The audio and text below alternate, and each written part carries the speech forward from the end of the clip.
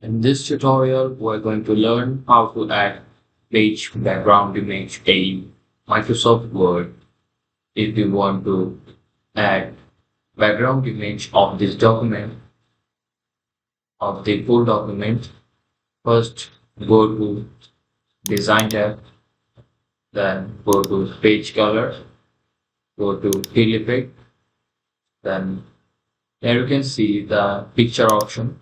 Simply click on it, then select picture from your device. I want to add this one. Simply just click on it. There is the preview how to see your picture in the document. Simply click on it.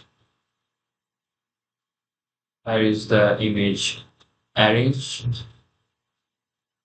the background of your document.